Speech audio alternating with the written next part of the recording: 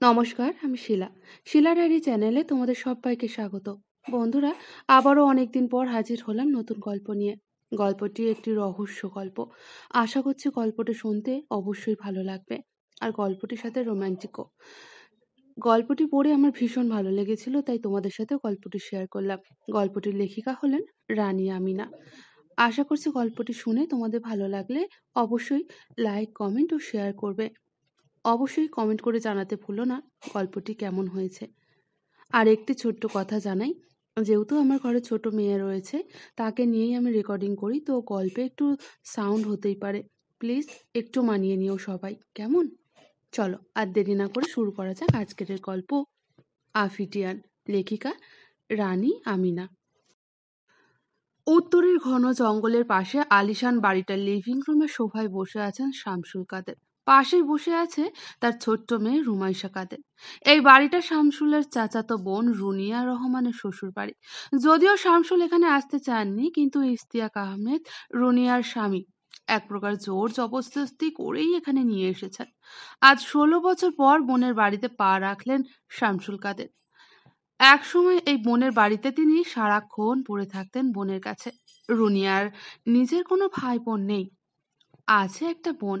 তাই এই চাচাতো ভাইকে নিজের ভাইয়ের মতো দেখেছেন সারা জীবন, এখনো দেখেন। রুনিয়ারও ভাই না থাকার প্রথম সন্তান হওয়ার সময় শামসুল রুনিয়ার প্রেগনেন্সির শেষের 4টা মাস রুনিয়ার কাছেই থেকেছেন। ওর সুবিধে অসুবিধা সমস্তটাই দেখেছেন। রুনিয়ার বোন তানিয়া দেশে থাকে না, স্বামী সন্তান নিয়ে তিনি দেশের বাইরে থাকেন। নিজের কোনো ভাই বোন না থাকায় রুনিয়া আর তানিয়াই ছিলেন শামসুলের চোখের মণি। রুনিয়া ছোট হওয়ায় ওর প্রতি একটু বেশি টান ছিল শামসুলের, যা নিয়ে তানিয়ার অভিযোগের শেষ ছিল না। রুনিয়া যখন সন্তান সম্ভব হয়, ইশতিয়াক আহমেদের তখন নতুন চাকরি। রুনিয়ার শাশুড়ির শরীর খারাপ, শ্বশুর থেকেও ছিলেন না, বাসায় একজন হেল্পিং হ্যান্ড ছিল। কিন্তু একজন পুরুষ মানুষ না থাকলে বাড়িটা কেমন জানি অন্যরকম হয়ে যায়। রুনিয়াকে ডাক্তারের কাছে আনা নেওয়া, সুবিধা অসুবিধা দেখা, সবকিছু করতেন এই শামসুল কাদের, যার জন্য রুনিয়া আজও শামসুলের প্রতি কৃতজ্ঞ। কিন্তু তার সেই আদরের ভাই এক দুর্ঘটনার কারণে আর তার বাসায় আসে না। আর সে ঘটনার কারণ রুনিয়ারই বড় ছেলে সাফওয়ান আহমেদ। রুমাইশা বাবার পাশে মাথা নিচু করে বসে আছে। লজ্জা লাগছে তার খুব। আজ কত বছর এসেছে সে। ছোটবেলায় তো সারাক্ষণ এখানেই পড়ে থাকতো। রুমাইশা ফুপি ছিল তার জান। ফুপির বাড়িতে হোক বা তার নিজের বাড়িতে, সারাক্ষণ ফুপির সাথেই লেগে থাকতো রুমাইশা। আর ফুপিও রুমাইশাকে চোখে হারাতো। নিজের মেয়ে থাকায় রুমাইশার প্রতি ছিল তার অগাধ ভালোবাসা। শেষবার সেই কোন ছোটবেলায় এসেছিল ফুপির বাড়িতে বাবা মা আর রাফসান ভাইয়ার সাথে। সেইবার সাফওয়ান আর সাফিনের সাথে দুষ্টুমি করার সময় কিভাবে জানি সাফওয়ান তাকে কামড় দিয়ে ফেলে। প্রচন্ড অসুস্থ হয়ে পড়ে রুমাইশা। তার মনে আছে বাবা প্রচুর কেঁদেছিল, আর ফুপিও। মায়ের কোলের ভিতরে শুয়ে মাঝে মাঝে পিটপিট করে তাকালে সে দেখতে পেত তার পরিজনদের দুঃখ ভারাক্রান্ত মুখ। সেবার সুস্থ হওয়ার পর থেকে ফুপির বাড়িতে যাওয়া একেবারে জন্য বন্ধ হয়ে গেল তার। কেউ আর ফুপির বাড়ির নামও নেয় না, বাবাও যেতে চায় না। অথচ ওর খুব মন খারাপ হতো ফুপির জন্য। ফুপিও তারপর একটু একটা আসতো না তাদের বাসায়, হয়তো বছরের একবার, বা তাও নয়। আজ কতদিন পর ফুপিও বাড়িতে এসেছে। সাফওয়ান আর সাফিনের সাথে এরপর আর দেখা হয়নি। সাফিনের সাথে মাঝে মাঝে ফোনে কথা হলেও সাফওয়ানের সাথে টোটালি বন্ধ ছিল কথা। আর এরপর সাফওয়ান নিজের পড়াশোনার জন্য সিঙ্গাপুরে চলে যাওয়ার পর ওর সাথে কোনো যোগাযোগই হয়নি আর।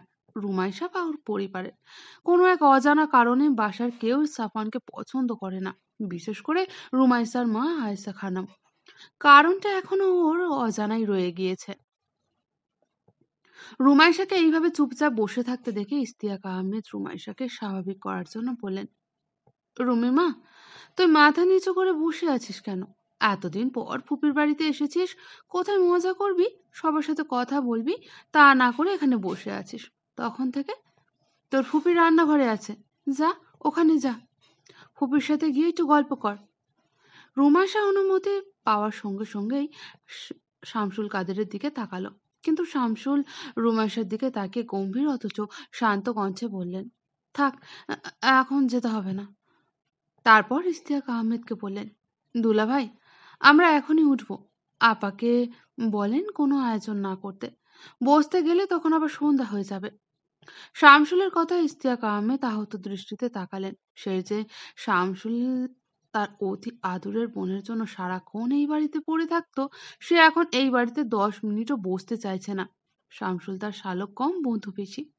রুনিয়ার সাথে তার বিয়ের পর শ্বশুরবাড়িতে যখন তিনি যেতেন তখন শামসুলের সাথেই সারাক্ষণ ঘুরে বেড়াতেন তিনি।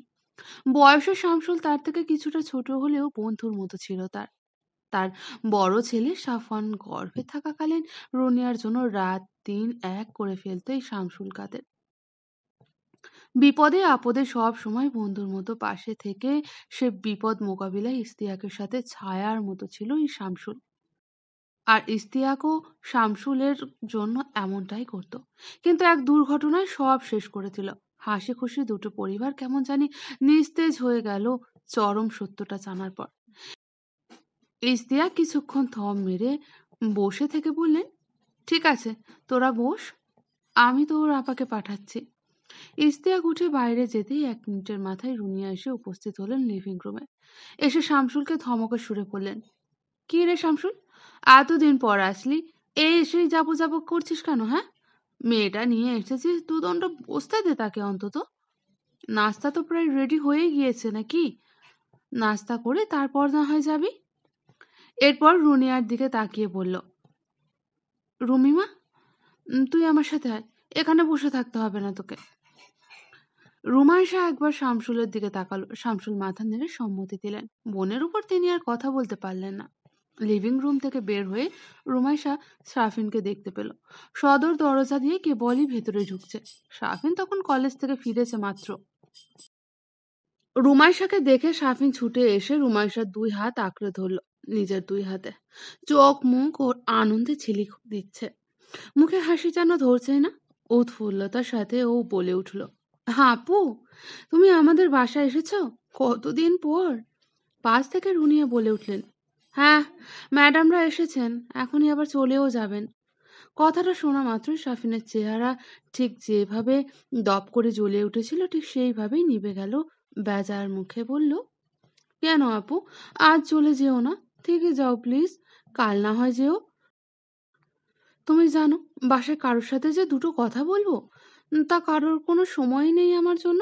বাবা সারাদিন থাকে অফিসে, আম্মা যান সারাক্ষণ থাকেন রান্নাঘরে, আর সাফওয়ান ভাইয়ের কথা তো বাদই দিলাম, সে বাড়িতে থাকা আর না থাকা সমান। আমি এই বাড়িতে যে কি বিপদে আছি তুমি জানো না আপু।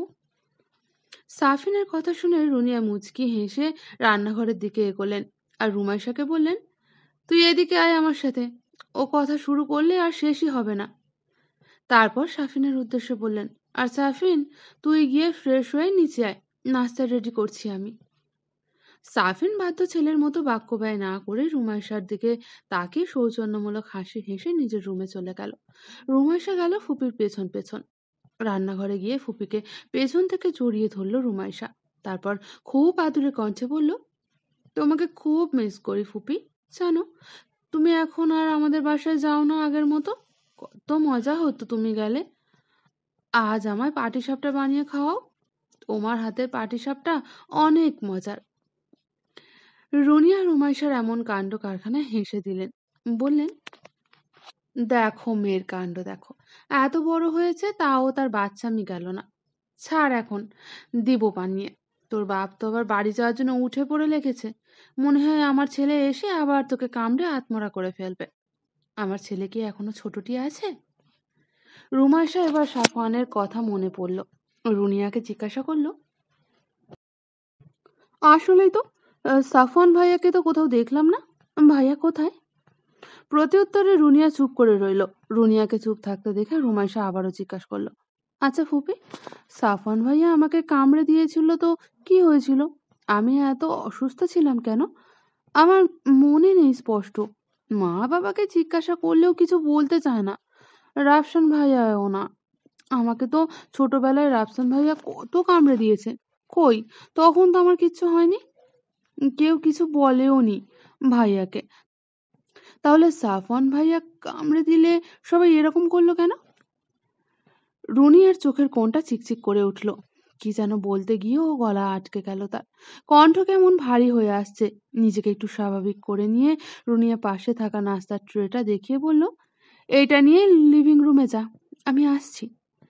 রুমাইশা বুঝলো তার কথায় ফুপির মন খারাপ হয়েছে, কিন্তু কেন হয়েছে তা বুঝলো না রুমাইশা। অগত্যা ট্রেটা হাতে নিয়ে লিভিং রুমের দিকে এগিয়ে গেল। লিভিং রুমে ঢোকার আগ মুহূর্তে বাবা আর ফুপির কিছু কথা কানে এলো রুমাইশার। ফুপা থেমে থেমে বলছেন, দেখ শামসুল, ছেলে আমার আজও অপরাধ বোধে ভোগে। ওই ঘটনার পর থেকে ও নিজেকে সবার থেকে গুটিয়ে নিয়েছে। দেশে আসার পর থেকে ও চিলেকোঠার রুমে থাকে, নিজেও আসে না। ওর মা ও 3 বেলা খাবার দিয়ে আসে, কিন্তু ওর মাও ওকে চোখের দেখা দেখেনি কতকাল, তার হিসেব নেই। রুনিয়ার সামনেও আসে না ও। ওই ঘটনায় আমরা যতটা না অবাক হয়েছি, তার থেকে বেশি অবাক হয়েছে সাফওয়ান। ও পুরো ভেঙে পড়েছিল, নিজেকেও অভিশাপ মনে করত, হয়তো এখনো করে। আমার ছেলের জীবনটা শেষ করে দিল ওই লোকটা। আমি ঘৃণা করি ওকে। বলতে বলতেই হু হু করে কাঁদতে শুরু করলেন ইশতিয়াক আহমেদ। শামসুল ইশতিয়াককে সান্ত্বনা দিতে ব্যস্ত হয়ে পড়লেন। অনুতপ্ত হয়ে বললেন, দুলাভাই, ভেঙে পড়বেন না। আমি বুঝতে পেরেছি আমারও উচিত হয়নি আপনাদের এইরকম একটা সময়ে এইভাবে ছেড়ে চলে যাওয়া। কিন্তু কি করব বলুন? আমার মেয়ের ওই অবস্থাটা দেখার পর আ- আমি আর কিছু ভাবতে পারিনি। রুমাইশা এইসব শুনছে আর মনে মনে ভাবছে, কি চলছে এখানে? সাফন ভাইয়া কারোর সাথে কথা বলেন না কেন? এই জন্যই কি সাফিন ভাইয়া বলেছিল যে ভাইয়া থাকা আর না থাকা সমান? আর ফুপা কার কথা বলেছেন? কাকে ঘৃণা করেন উনি? এইসব প্রশ্ন রুমাইশার মাথায় ঘুরপাক খেতে লাগলো। এমন সময় রুনিয়া পেছন থেকে বলে উঠলেন, কিরে, বাইরে দাঁড়িয়ে আছিস কেন? ভেতরে যা। রুমাইশা থতমত খেয়ে বলল, হ্যাঁ ফুপি, যাচ্ছি। ভেতরে ঢুকে রুমাইশা টি টেবিলের উপর নাস্তার ট্রেটা রাখলো। রুনিয়া এসে বসলেন ইশতিয়াকের পাশে, আর রুমাইশা গিয়ে বসলো ওর বাবার পাশে। কি খবর ওইদিকে? ভাবি কেমন আছে? রুনিয়া ট্রে থেকে খাবারের প্লেট শামসুলের দিকে বাড়িয়ে দিতে দিতে জিজ্ঞাসা করলো। শামসুল প্লেট নিতে নিতে বললেন, খবর সব ভালো, তোর ভাবিও ভালো আছে, আলহামদুলিল্লাহ। রুমের 2nd ইয়ারের পরীক্ষাও শুরু হবে সামনের মাসে, তাই মেস দেখতে এসেছি। রুমও বুকিং দিয়ে এসেছি। 1st ইয়ারের পরীক্ষার সময় বাড়ি থেকেই যেত, কিন্তু পরীক্ষা দিয়ে ফিরতে ফিরতে অনেকটা রাত হয়ে যেত, আর ক্লান্তির কারণে পড়তেও পারে না। তাই ভাবছি পরীক্ষার এই 1-2 মাস মেসেই থাকুক। রুনিয়া গর্জে উঠে বললেন, সে কি, আমরা এখানে থাকতে রুমে মেসে থাকবে কেন? ওর কি মেসের খাবার খাওয়ার অভ্যাস আছে? ও তো পরদিনই অসুস্থ হয়ে যাবে। শামসুল বোনের রেহানের রূপ দেখে চুপসে গেল। বলল, না, ওকে যেখানে রাখবো সেখানে রান্না করে খেতে হয়। মেসের খাবার খেতে পারবে না তা তো জানি, তাই এই ব্যবস্থা করা। রুনিয়া ভ্রু কুঁচকে বললেন, মানে কি? ওর তো পরীক্ষা, আর ও পরীক্ষার পড়া না পড়ে রান্না বান্না করবে? তুই কি পাগল হয়ে গিয়েছিস শামসুল? শামসুল কাদের বললেন, এছাড়া আর কোনো উপায় নেই। বাড়ি থেকে যাওয়া আসা করতে গেলে অনেক সমস্যা হয়। রাফসান বাড়িতে থাকলে না হয় একটু ভেবে দেখতাম, কিন্তু ওরও তো ভার্সিটিতে এক্সাম চলছে। রুনিয়া বললেন, রুমের যেই কয়দিন পরীক্ষা আছে ও আমার এখানেই থাকবে। এর বাইরে আমি কোনো কথাই শুনতে চাই না। এত বছর পরে মেয়েটা এসেছে, ওকে আমি কিছুদিন আমার কাছেই রাখবো, আর এটাই তার ভালো সুযোগ। শামসুল একটু ইতস্তত করে বললেন, কিন্তু আপা। রুনিয়া শামসুলকে কথা শেষ করতে দিলেন না, তার আগেই বলে উঠলেন, কোনো কিন্তু ফিন্তু না। আর তুই যেটার ভয় পাচ্ছিস সেটা হওয়ার কোনো সম্ভাবনা নেই। আমার ছেলে আমার সামনেই আসে না। আর কোথায় রুমি? তুই নিশ্চিন্তে থাকতে পারিস। শামসুল বললেন, ঠিক আছে, আমি পরীক্ষার 2 দিন আগে ওকে এইখানে দিয়ে যাব। তাহলে মেসের বুকিং এর টাকা ফেরত নিয়ে আসি। রুনিয়া জিজ্ঞাসা করলেন রুমাইশাকে, পরীক্ষা কবে থেকে? প্রতি উত্তরে রুমাইশা বলল, 2 তারিখ থেকে ফুপি। 2 তারিখ? তাহলে তো আর 9 দিন আছে। রুনিয়া শামসুলকে বললেন, কোনো দরকার নেই রুমির এখন বাড়িতে যাওয়ার। আর তো 9টা দিন আছে। এই কয়েকদিন ও নিজেকে এখানে কমফোর্টেবল করে নিক।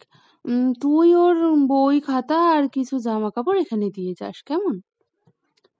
শামসুল রুনিয়ার কথার বিরোধিতা করে বললেন, না আপা, তা হয় না। আর রুমির মাও এ ব্যাপারে জানে না, ও শুনলে রাগ করবে ভীষণ। আর রুমি এত আগে থেকে এখানে থেকে করবেটাই বা কি? কমফোর্টেবল তো 2 দিনের ভিতরেই হয়ে যাবে ও, তুই চিন্তা করিস না। কিন্তু রুনি আর মানতে নারাজ। তিনি বললেন, আমি ফোন করছি আয়শাকে, করে বলে দিচ্ছি যে রুমি আমাদের বাড়িতেই থাকছে, আর যতটুকু পারি বুঝিয়ে বলবো, বাকিটুকু তুই বাড়ি গিয়ে বুঝিয়ে নিস। শামসুল তবুও দোনোমনো করতে লাগলেন। এমন সময় সাফিন এলে রুমির পাশে বসতে বসতে ও বলল, এত শোরগোল হচ্ছে কোন বিষয়ে, হ্যাঁ? রুনিয়া সাফিনকে বললেন পুরো ঘটনা। সাফিনের মুখ আনন্দে ঝিলিক দিয়ে উঠল। ও রুমাইশার পাশ থেকে উঠে শামসুলের পাশে গিয়ে বসলো। এবার বসে শামসুলের হাত ধরে বলল, মামা, রাজি হয়ে যাও না প্লিজ। মামিকে রাজি করার দায়িত্ব আমার আর মায়ের। তুমি রাজি হয়ে এলেও মামি রাজি। রাজি হয়ে যাও না মামা, প্লিজ প্লিজ। এবার ইশতিয়াক আহমেদও এই একই কাজে অংশ নিলেন। তিনজনে মিলেই শামসুলকে রাজি হওয়ার জন্য পিড়াপিড়ি করতে লাগলেন। এমন সময় শামসুল বললেন, আচ্ছা, রুমি যা বলবে তাই হবে। রুমি মা, তুই কি চাস বল? তুই থাকতে চাইলে থাকবি, যেতে চাইলে যাবি, তোর কথাই শেষ কথা। সবাই রুমির দিকে তাকিয়ে রইল উত্তরের আশায়। সবার অগোচরে সাফিনকে চোখ টিপ মেরে ইশারা করলো থেকে যাওয়ার জন্য। রুমি মুখে কিছু বলল না, উঠে গিয়ে ফুপির পাশে বসে পড়ল। সবার মুখে ছড়ছড়ে হাসি ফুটে উঠল। সাফিন 2 হাত মুষ্টিবদ্ধ করে উপরে উঠিয়ে আবারও নিচে নামিয়ে নিঃশব্দে বলল, ইয়েস। শামসুল কাদের বললেন, ঠিক আছে, মেয়ে যখন বলছে তখন কি আর করা। আমি কাল ওর জিনিসপত্রও দিয়ে যাব। এখন আমি উঠি। অতঃপর রুমাইশার দিকে তাকিয়ে বললেন, সাবধানে থাকিস মা। আর রুনিয়াকে বললেন, আমার মেয়েকে দেখে রাখিস, ওকে কিন্তু ওর ভরসাতেই রেখে যাচ্ছি। রুনিয়া শামসুলকে আশ্বস্ত করে বললেন, তুই কোনো চিন্তা করিস না, তোর মেয়ে আমার কাছে সেফ অ্যান্ড সাউন্ড থাকবে, তুই নিশ্চিন্তে থাকতে পারিস।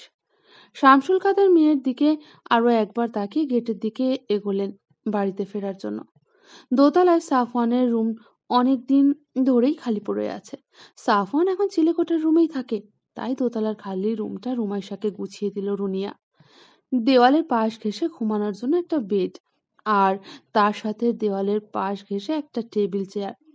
বিছানা শেষ প্রান্তে একটা ড্রেসিং টেবিল, আর পড়ার টেবিলের পাশে একটা ছোট্ট আলমিরা। আপাতত এইটুকু। রুমে রুমাইশার জন্য পড়ার সুন্দর একটা পরিবেশ করে দিল রুনিয়া। রুমাইশার ডান পাশের রুমটা সাফিনের। রুনিয়া রুমাইশাকে অভয় দিয়ে বললেন, সাফিন অনেক রাত জেগে পড়ে, কিছু মাস পরেই ওর ইন্টারমিডিয়েট ফাইনাল এক্সাম। তোর ভয় করবে না, বুঝেছিস? আর যদিও ভয় পাস, আমাকে বা সাফিনকে ডেকে নিস, আমি নিচেই আছি, দরকার হলে ফোন দিস। আর সাফিনকে আমি বলে দিচ্ছি, তুই যতক্ষণ জেগে থাকবি ততক্ষণ যেন সাফিনও জেগে থাকে। রুমাইশা মাথা নাড়িয়ে বলল, আচ্ছা ফুপি, আমার ভয় করবে না, আর করলেও তোমাকে জানাবো। আর অ্যাটাচ ওয়াশরুম আছে তো, আমার সমস্যাই হবে না। রুমাইশাকে ঘুমাতে বলে রুনিয়া চলে গেলেন নিজের রুমে। সারাদিন অনেক ধকল গেছে রুমাইশার উপর দিয়ে, তাছাড়া বই খাতাও তো কিছু নেই। তাই উপায় না পেয়ে রুমাইশা ঘুমানোরই সিদ্ধান্ত নিল। সাফিনের ফোন এলো এমন সময়। ফোনের উপাস থেকে সাফিন বলল, ভয় পেলে আমাকে কল দিও আপু। রুমাইশা বলল, সমস্যা নেই সাফিন, আমি ভয় পাবো না। আমি এখনই ঘুমিয়ে যাব ভাবছি, তাই ভয় পাওয়ার আর কোনো অবকাশ থাকবে না। ঠিক আছে আপু, তুমি তাহলে ঘুমাও, আমি আরো কিছুক্ষণ পরে তারপর ঘুমাবো। আচ্ছা, বলেই ফোনটা রেখে দিল রুমাইশা। তারপর বিছানা ঠিক করে শুয়ে পড়ল। সারাদিন ঘটে যাওয়া ঘটনাগুলো মনে করতে করতে একসময় ঘুমিয়ে গেল ও। হঠাৎ ভারী কিছু একটা মাটিতে পড়ার শব্দে ঘুম ভেঙে গেল রুমাইশার। রুমের ভেতর ঘুটঘুটে অন্ধকার। রুমাইশা উঠে ঘড়ি দেখলো, 3টা বাজে। এই সময় কিসের শব্দ হলো? আর রুমের ভেতরে এতক্ষণ অন্ধকার কেন? ঘুমানোর সময় তো রুমে আবছা আলো ছিল। কিছুক্ষণ ভাবনা চিন্তা করার পর রুমাইশা অন্ধকারের কারণটা বুঝতে পারলো। বাড়ির পেছন সাইডে রুমাইশার রুমের জানালার কাছে একটা বাল্ব জ্বলছিল, কিন্তু এখন আর সেটা জ্বলছে না। তাহলে কি ফুপি বন্ধ করে দিল? কিন্তু ফুপি তো নিচের তলায়, বাল্বের সুইচ তো রুমাইশার দরজার পাশে। ফুপি তো এত রাতে লাইট বন্ধ করার জন্য আসবে না। আর আজ বাইরেও বেশ অন্ধকার, চাঁদ ওঠেনি, তার উপর পেছনে ঘন জঙ্গল। তাহলে কি সাফিন বন্ধ করলো? সাফিনকে কি ফোন দিয়ে জিজ্ঞাসা করবে? কিন্তু এত রাতে একজনকে ফোন করে লাইট বন্ধ করেছে সেই কথা জিজ্ঞাসা করাটা রুমাইশের কাছে খুব আজগুবি ঠেকলো। তাই ভাবলো সকালে জিজ্ঞাসা করবে। লাইট মানুষ বন্ধ করতেই পারে। তাই আর সাত পাঁচ না ভেবে আবারও শুয়ে পড়ল। ভোরবেলা নামাজ পড়ার পর রুমাইশা সাফিনের রুমের সামনে গেল। একটু খোলা বাতাসে যেতে হবে ওর। ছাদের দিকে গেলে মন্দ হয় না। চিলেকোঠায় সাফওয়ান থাকে, ওর সাথে তো এখনো দেখাই হয়নি একবার।